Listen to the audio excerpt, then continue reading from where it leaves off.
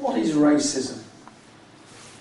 Racism is the hatred of another person just because they're a different colour, from another country, or from a different ethnic group. Paul Canoville, formerly at Chelsea, the very first black player. If you can just describe to us why you want to do the kind of work that you've been doing this afternoon. Why? This stems back when I was a youngster. Receiving the racist abuse then and not having anybody to share it with and talk to about it, because at them times it wasn't so big as it is now. Now we've got organisation with Kick It Out and Red, and that doing something.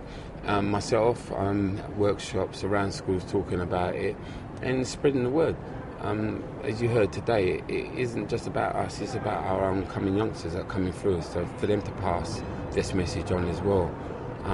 As it is, it's still going on. It's hard and it's difficult, but hopefully that message will fully, in time come, we'll get through it. You've been quite open about what you experienced. If you can sort of sum up how that made you feel, and did it affect the way you played and your life on and off the pitch? It did affect, as much as I tried not to show it, and that was a temperament, and that, as well as my mum let me to know not to show them your anger so much, but yeah, it did. My name is Ken Monkau.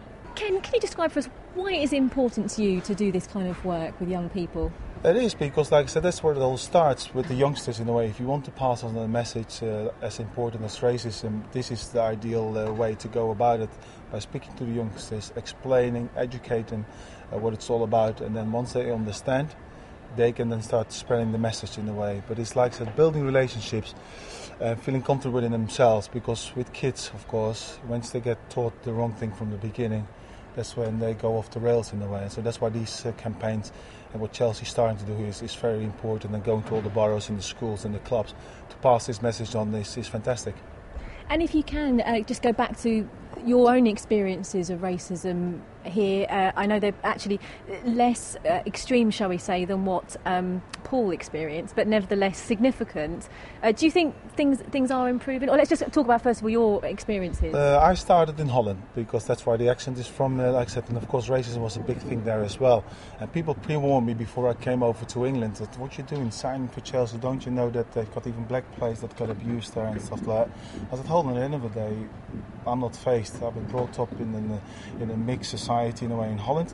So I said, people got to judge me by what I do on the pitch, not the colour of how I am as a person. So I came over, and of course it was the late 80s, and I heard all the stories, but I was very, and that's what I said I was saying in the meeting we had today, it's about standing up for yourself, be brave in that sense. So I took the step as a foreign person to come across to actually apply my trade.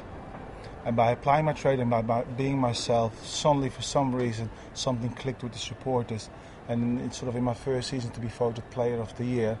That was quite a sort of a big hurdle, and that's why I believe in about representing yourself properly, building a relationship with people, and dare to have a voice in a way. You see, that's how you can, in a way, in the right way, influence people and pass on the message.